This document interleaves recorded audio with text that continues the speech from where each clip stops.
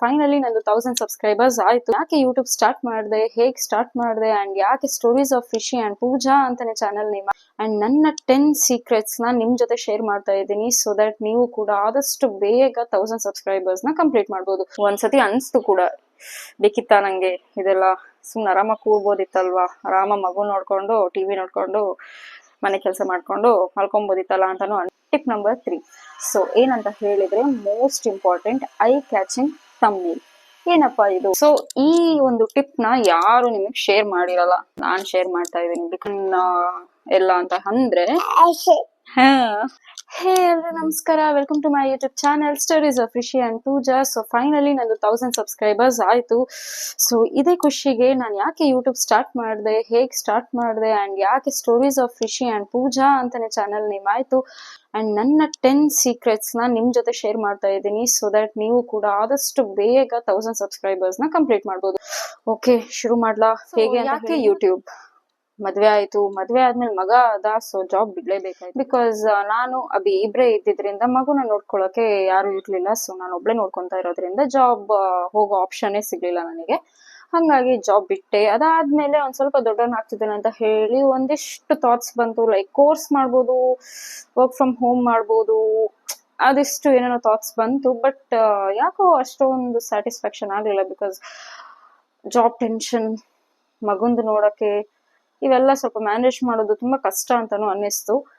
Okay, ಒಂದ್ ದಿನ ಇದೇ ತರ ಯೂಟ್ಯೂಬ್ ನೋಡ್ಬೇಕಾದ್ರೆ, ನಾನು ಯಾಕೆ ಯೂಟ್ಯೂಬ್ ಸ್ಟಾರ್ಟ್ ಮಾಡ್ಬಾರ್ದು, ಎಲ್ಲರದು ನೋಡ್ತೀವಿ, ನಾನೇ ಓನ್ ಆಗಿ ಮಾಡ್ಬೋದಲ್ವಾ, ಎಲ್ಲದನ್ನು ಶೇರ್ ಮಾಡೋಣ.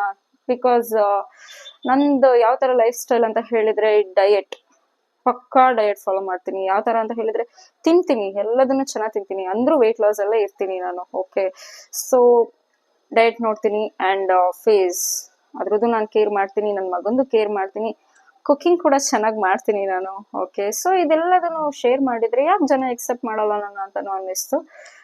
ಸರಿ ಆಯ್ತು ಅಂತ ಹೇಳಿ ಫಸ್ಟ್ ಥಿಂಕ್ ಮಾಡಿದೆ ಯಾವ ತರ ಅಂತ ಹೇಳಿದ್ರೆ, ಜಸ್ಟ್ ನಾನು ಹೆಲ್ದಿ ಫುಡ್ ನ ಅಷ್ಟೇ ನಾನು ಶೇರ್ ಮಾಡೋಣ ಅಂತ ಅನ್ಕೊಂಡೆ. ಓಕೆ, ಸ್ವಲ್ಪ ಜನ ಹತ್ರ ಡಿಸ್ಕಸ್ ಮಾಡಿದೆ, ಈ ತರ ನಾನು ಮಾಡ್ಬೇಕು ಅಂತ ಇದ್ದೀನಿ, ಈ ತರ ಹೆಲ್ದಿ ಡಯಟ್ ಇದಷ್ಟೇ ಮಾಡೋಣ ಅಂತ ಇದ್ದೀನಿ ಅಂತಾನು ಹೇಳಿದೆ. ಸೊ ಅವರಿಂದ ನಂಗೆ ಏನಂತ ಫೀಡ್ಬ್ಯಾಕ್ ಬಂತು ಅಂತ ಹೇಳಿದ್ರೆ, ಯಾಕೆ ಬರೀ ನೀನ್ ಅದನ್ನಷ್ಟೇ ಶೇರ್ ಮಾಡ್ತೀಯ, ನಿನ್ ಮಗಂದು ಫುಡ್ ಇರ್ಬೋದು, ಅವನ್ ರೂಟೀನ್ ಇರ್ಬೋದು, ಸೊ ಅದೆಲ್ಲದನ್ನು ಶೇರ್ ಮಾಡು. ಸೊ ದಟ್ ಇನ್ನು ಚೆನ್ನಾಗಿ ಎಕ್ಸೆಪ್ಟ್ ಮಾಡ್ತಾರೆ ಜನ ಅಂಡ್ ಅವ್ರಿಗೆ ಖುಷಿ ಆಗುತ್ತೆ. ನಿನ್ ಮಗ ಮೊದ್ಲೇ ಕಿತಾಪತಿ ತುಂಟ ಸ್ವಲ್ಪ ಜಾಸ್ತಿನೇ ಇದ್ದಾನೆ, ಅವರು ಫುಲ್ ಖುಷಿ ಪಡ್ತಾರೆ ನೋಡಿ ಅಂತ ಹೇಳಿ ಫೀಡ್ಬ್ಯಾಕ್ ಬಂತು. ಹೌದಲ್ವಾ, ಯಾಕೆ ಮಾಡ್ಬಾರ್ದು, ನನ್ ಮಗ ಸಿಕ್ಕಾಪಟ್ಟೆ ತುಂಟನೇ ಇದ್ದಾನೆ, ಮಾಡೋಣ ಅಂತ ಹೇಳಿ ಸರಿ ಆಯ್ತು ಅಂತ ಅನ್ಕೊಂಡಿದ್ದು. ಅಂಡ್ ನೇಮ್ಸ್ ಅಂತೂ ಸಿಕ್ಕಾಪಟ್ಟೆ ಹುಡುಕಿದೀನಿ, ಏನಪ್ಪಾ ಇಡೋದು ನೇಮ್ನ, ಕಿಚನ್ ಬರ್ಬೇಕು, ಅವಂದು ಬರ್ಬೇಕು, ಏನೇನು ಸಿಕ್ಕಾಪಟ್ಟೆ ನೇಮ್ಸ್ ಎಲ್ಲ ಸರ್ಚ್ ಮಾಡಿ ಲಾಸ್ಟಿಗೆ ಅನ್ನಿಸ್ತು, ನಂದು ನನ್ನ ಮಗಂದೇ ಕತೆ ಅಲ್ವಾ ಇದು, ಇರ್ಲಿ ಹಾಗಾದ್ರೆ ಸ್ಟೋರೀಸ್ ಆಫ್ ರಿಷಿ ಅಂಡ್ ಪೂಜಾ ಅಂತಾನೆ ಸ್ಟಾರ್ಟ್ ಮಾಡಿದ್ದು. ಚೆನ್ನಾಗಿ ಆಗ್ತಾ ಇದೆ. ಸೊ ಅದು ಎಲ್ರಿಗೂ ಇಷ್ಟನೂ ಆಯ್ತು. ಸೊ ಇದಿಷ್ಟು ಯಾಕೆ ಅಂತ ಆಯ್ತು ಅಂಡ್ ಸ್ಟಾರ್ಟ್ ಮಾಡಿದೆ ಕೂಡ. ಅದಾದ್ಮೇಲೆ ಒಂದ್ ಸ್ವಲ್ಪ ಚಾಲೆಂಜಿಂಗ್ ಅಂತ ಅನ್ನಿಸ್ತು.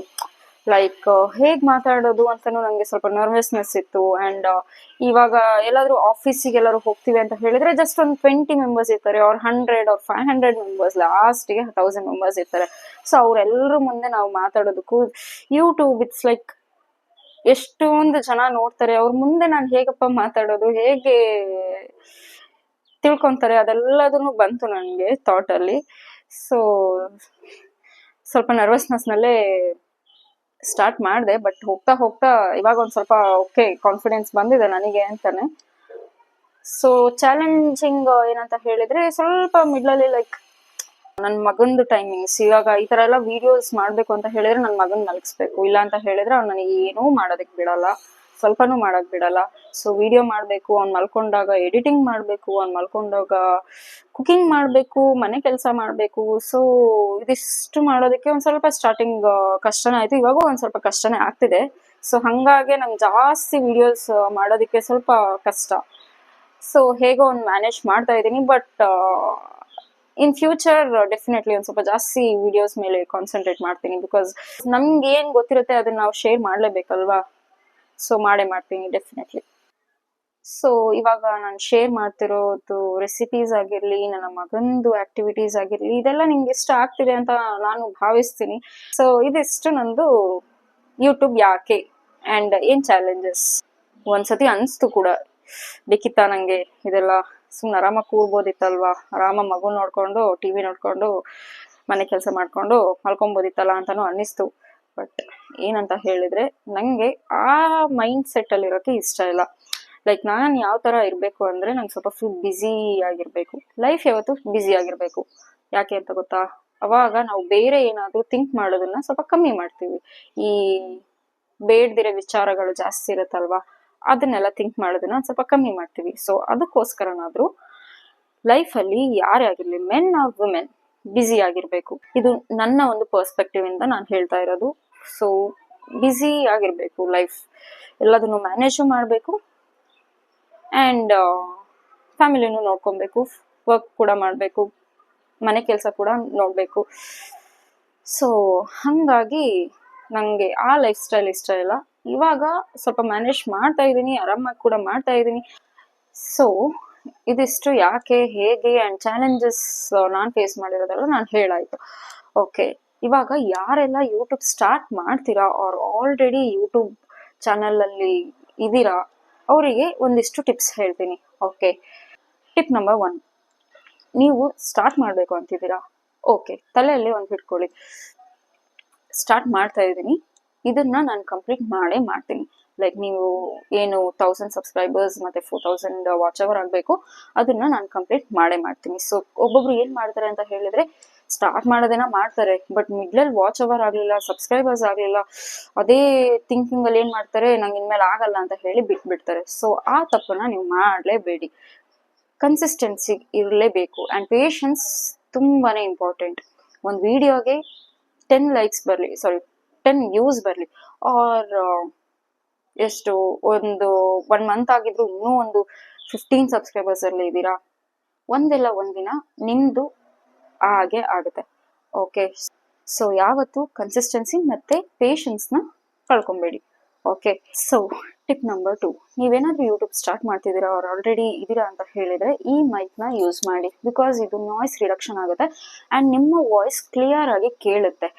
ಸೊ ಜನಕ್ಕೆ ನೀಟಾಗಿ ನೀವು ಪ್ರೆಸೆಂಟ್ ಮಾಡಲೇಬೇಕು, ಅವಾಗ ನಿಮ್ಮ ವಿಡಿಯೋಸ್ ಚೆನ್ನಾಗಿ ಓಡುತ್ತೆ, ವ್ಯೂಸ್ ಜಾಸ್ತಿ ಬರುತ್ತೆ. ಟಿಪ್ ನಂಬರ್ 3, ಸೊ ಏನಂತ ಹೇಳಿದ್ರೆ, most important, I catching thumbnail. ಏನಪ್ಪಾ ಇದು?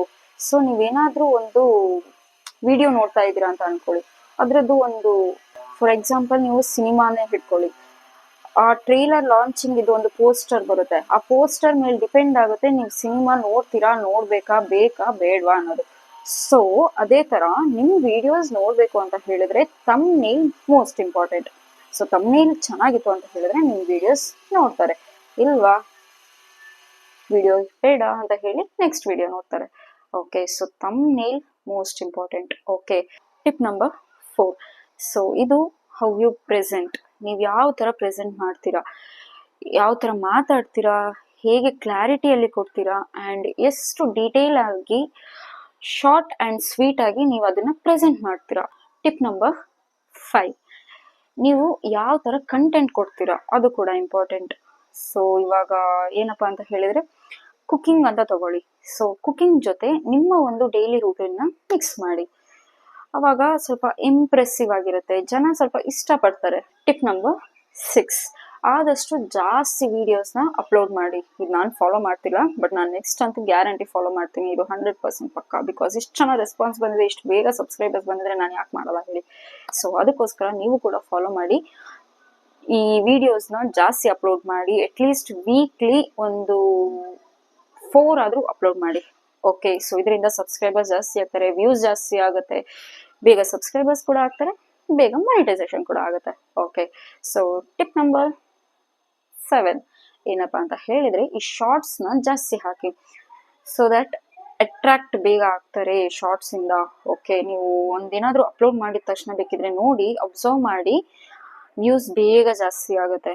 ಓಕೆ, ಸೊ ಇದರಿಂದ ಸಬ್ಸ್ಕ್ರೈಬರ್ಸ್ ಬೇಗ ಜಾಸ್ತಿ ಆಗ್ತಾರೆ. ಸೊ ಟಿಪ್ ನಂಬರ್ 8 ಏನಪ್ಪಾ ಅಂತ ಹೇಳಿದ್ರೆ, ನೀವು ಹಾಕುವಂತ ಒಂದು ಟೈಟಲ್, ಇದು ಕೂಡ ಮೋಸ್ಟ್ ಇಂಪಾರ್ಟೆಂಟ್.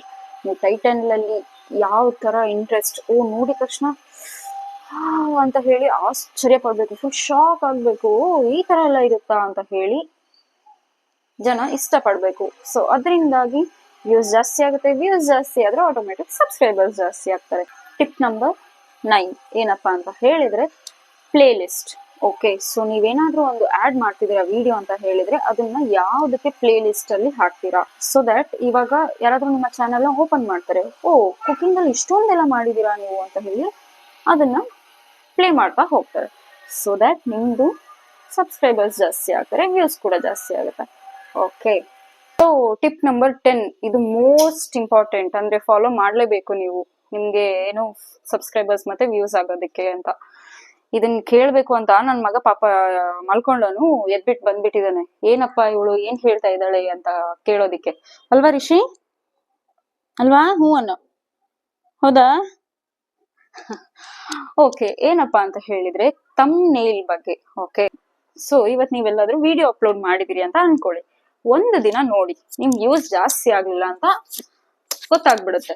ಜಾಸ್ತಿ ಆಗಿಲ್ಲ ಅಥವಾ ತುಂಬಾ ಕಮ್ಮಿ ಇದೆ ಇಂಪ್ರೆಷನ್ ಎಲ್ಲ ಅಂತ ಅಂದ್ರೆ ಅವಾಗ ನೀವ್ ಏನ್ ಮಾಡಿ ಅಂತ ಹೇಳಿದ್ರೆ ಥಂಬ್ನೇಲ್ ಚೇಂಜ್ ಮಾಡಿ. ಓಕೆ, ಸೊ ಈ ಒಂದು ಟಿಪ್ ನ ಯಾರು ನಿಮಗೆ ಶೇರ್ ಮಾಡಿರಲ್ಲ, ನಾನ್ ಶೇರ್ ಮಾಡ್ತಾ ಇದ್ದೀನಿ. ಬಿಕಾಸ್ ನಂದೊಂದು ಹಂಗೆ ಆಗಿತ್ತು ವಿಡಿಯೋ. ರೀಸೆಂಟ್ ಆಗಿ ನಾನು ಹೇರ್ ಇದ್ದು ಸ್ಟ್ರೈಟ್ ಹೇರ್ ಹೇಗ್ ಮಾಡೋದು ಅಂತ ಹೇಳಿ ಒಂದು ವಿಡಿಯೋ ಅಪ್ಲೋಡ್ ಮಾಡಿದೆ. ಒಂದು ದಿನ ನೋಡ್ದೆ, ಬಿಕಾಸ್ ನಾನು ಅದರಲ್ಲಿ ನನ್ನ ಒಂದು ಪರ್ಸನಲ್ ಏನು ನಾನೇ ಮಾಡಿರೋ ಅಂತದನ್ನ ನಾನು ಶೇರ್ ಮಾಡಿದೆ. ಅಂಡ್ ಅದು ತುಂಬಾ ಈಸಿ ಅಂಡ್ ತುಂಬಾ ಎಫೆಕ್ಟಿವ್ ಕೂಡ ಹೌದು. ಬಟ್ ಯಾಕೆ ಇದನ್ನ ನೋಡ್ತಾ ಇಲ್ಲ ಅಂತ ಹೇಳಿ ನಂಗೆ ಸಿಕ್ಕಾಪಟ್ಟೆ ಬೇಜಾರಾಗ್ಬಿಡ್ತು. ಆಮೇಲೆ ಅನ್ನಿಸ್ತು, ತಮ್ಮನೇಲಿ ಯಾಕೋ ಒಂದ್ ಸ್ವಲ್ಪ ಐ ಕ್ಯಾಚಿಂಗ್ ಇಲ್ವಲ್ಲ, ಯಾಕೋ ಒಂದ್ ಸ್ವಲ್ಪ ಇಂಟ್ರೆಸ್ಟ್ ಇಲ್ವಲ್ಲ ಅಂತ ಅನ್ನಿಸ್ತು. ಸೊ ಏನ್ ಮಾಡ್ದೆ ಅಂತ ಹೇಳಿದ್ರೆ ತಮ್ಮನೇಲ್ನ ಚೇಂಜ್ ಮಾಡ್ದೆ. 1000 ವ್ಯೂಸ್ ಆಗ್ಬಿಟ್ಟಿದೆ. ಫುಲ್ ಖುಷಿ ಆಗ್ಬಿಡ್ತು. ಬಿಕಾಸ್ ನೀವು ಏನಾದ್ರೂ ಒಂದು ಎಫರ್ಟ್ ಹಾಕಿ ಮಾಡಿರ್ತೀರಾ ಅಂತ ಹೇಳಿದ್ರೆ ಅದರಿಂದ ಒಂದ್ ಸ್ವಲ್ಪ ರೆಸ್ಪಾನ್ಸ್ ಬಂತು ಅಂತ ಹೇಳಿದ್ರೆ ಅದಕ್ಕಿಂತ ಖುಷಿ ಬೇರೆ ಏನು ಇಲ್ಲ ಅಲ್ವಾ. ಸೊ ಈ ಟಿಪ್ ನ ನೀವು ಫಾಲೋ ಮಾಡ್ಲೇಬೇಕು. ಓಕೆ, ಇಷ್ಟು ನಾನ್ ಫಾಲೋ ಮಾಡಿದ್ದು. ಓಕೆ, ಇದೆಲ್ಲ ನೀವು ಫಾಲೋ ಮಾಡಿ, ಸಬ್ಸ್ಕ್ರೈಬರ್ಸ್ ಜಾಸ್ತಿ ಆಗ್ತಾರೆ, ವ್ಯೂಸ್ ಜಾಸ್ತಿ ಆಗುತ್ತೆ ಅಂಡ್ ಬೇಗ ಮಾನಿಟೈಸೇಷನ್ ಕೂಡ ಆಗುತ್ತೆ.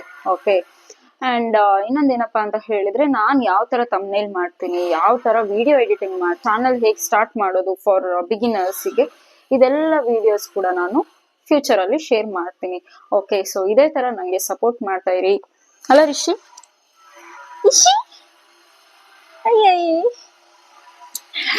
ಸಪೋರ್ಟ್ ಮಾಡ್ತಾ ಇರಿ. ನಮ್ ರಿಷಿ ಬಂಗಾರಿಗೂ ಸ್ವಲ್ಪ ಸಪೋರ್ಟ್ ಮಾಡಿ. ಈ ವಿಡಿಯೋ ನಿಮ್ಗೂ ಇಷ್ಟ ಆಯ್ತು ಅಂಡ್ ನನ್ನ ಟಿಪ್ಸ್ ಎಲ್ಲ ನೀವು ಫಾಲೋ ಮಾಡ್ತೀರಾ ಅಂಡ್ ನನ್ನ ಟಿಪ್ಸ್ ಎಲ್ಲ ನಿಮ್ಗೆ ಇಷ್ಟ ಆಯ್ತು ಅಂತ ಹೇಳಿದ್ರೆ ನಂಗೆ ಲೈಕ್ ಮಾಡಿ, ಬೇರೆಯವರಿಗೆ ಶೇರ್ ಮಾಡಿ. ಬಿಕಾಸ್ ಇದು ಇಷ್ಟೆಲ್ಲ ಯೂಸ್ಫುಲ್ ಆಗಿರುವಂತ ಟಿಪ್ಸ್ ಶೇರ್ ಮಾಡ್ಲೇಬೇಕಲ್ವಾ ನೀವು. ಬೇಗ ಬೇಗ ಸಬ್ಸ್ಕ್ರೈಬರ್ಸ್ ಆಗ್ಲಿ. ನನ್ನ ಕಡೆಯಿಂದ ಏನಾದ್ರೂ ಸಪೋರ್ಟ್ ಬೇಕು ಅಂತ ಹೇಳಿದ್ರೆ ಶೋರ್ ನಾನು ಸಪೋರ್ಟ್ ಮಾಡೇ ಮಾಡ್ತೀನಿ. ಓಕೆ, ಮತ್ತೆ ಥ್ಯಾಂಕ್ ಯು ಯಾರೆಲ್ಲ ನಂಗೆ ಸಬ್ಸ್ಕ್ರೈಬ್ ಮಾಡಿದೀರಾ, ನನ್ನ ಫ್ಯಾಮಿಲಿ ಆಗಿರ್ಬೋದು, ನನ್ನ ಫ್ರೆಂಡ್ಸ್ ಆಗಿರ್ಬೋದು ಅಂಡ್ ನನ್ನ ಹೊಸ ಫ್ಯಾಮಿಲಿ ಮೆಂಬರ್ಸ್, ಯೂಟ್ಯೂಬ್ ಫ್ಯಾಮಿಲಿ ಮೆಂಬರ್ಸ್ಗೆ ನಾನು ಸ್ಪೆಷಲ್ ಥ್ಯಾಂಕ್ಸ್ ಹೇಳಲೇಬೇಕು. ಸೊ ಇವರೆಲ್ಲರಿಗೂ ಥ್ಯಾಂಕ್ಸ್, ಸ್ಪೆಷಲ್ ಥ್ಯಾಂಕ್ಸ್ ಸಬ್ಸ್ಕ್ರೈಬ್ ಮಾಡಿದ್ದಕ್ಕೆ. ಇನ್ನಷ್ಟು ಸಬ್ಸ್ಕ್ರೈಬ್ ಆಗಿ, ಬಿಕಾಸ್ ನಾನು ಟಿಪ್ಸ್ ನಾನು ಶೇರ್ ಮಾಡ್ತಾ ಇರ್ತೀನಿ. ನನ್ನ ಬ್ಯೂಟಿ ಟಿಪ್ಸ್ ಆಗಿರ್ಬೋದು, ಹೇರ್ ಇದ್ದು ಕೂಡ ಹೌದು ಅಂಡ್ ನನ್ನ ಮಗನ ಒಂದು ಆಕ್ಟಿವಿಟೀಸ್ ಇದು ಕೂಡ ಹೌದು ಅಂಡ್ ಕುಕಿಂಗ್ ಇದ್ದು ಕೂಡ ಹೌದು, ಎಲ್ಲವನ್ನು ನಾನು ಶೇರ್ ಮಾಡ್ತೀನಿ. ಓಕೆ, ಸೊ ಇದೇ ತರ ಸಪೋರ್ಟ್ ಮಾಡಿ, ಲೈಕ್ ಮಾಡಿ, ಶೇರ್ ಮಾಡಿ, ಸಬ್ಸ್ಕ್ರೈಬ್ ಮಾಡಿ ಅಂಡ್ ಕಮೆಂಟ್ ಮಾಡಿ. ಇನ್ನ ಯಾವ್ದು ವಿಡಿಯೋಸ್ ಬೇಕು ಅಂತ ಹೇಳಿ ನಾನು ಖಂಡಿತವಾಗ್ಲೂ ಶೇರ್ ಮಾಡ್ತೀನಿ. Keep supporting. ಮಾಡು, ಮಾಡಲ್ಲ ಅಂತ ಬಾಯ್ ಬಾಯ್ ಮಾಡು. Thank you. Keep supporting.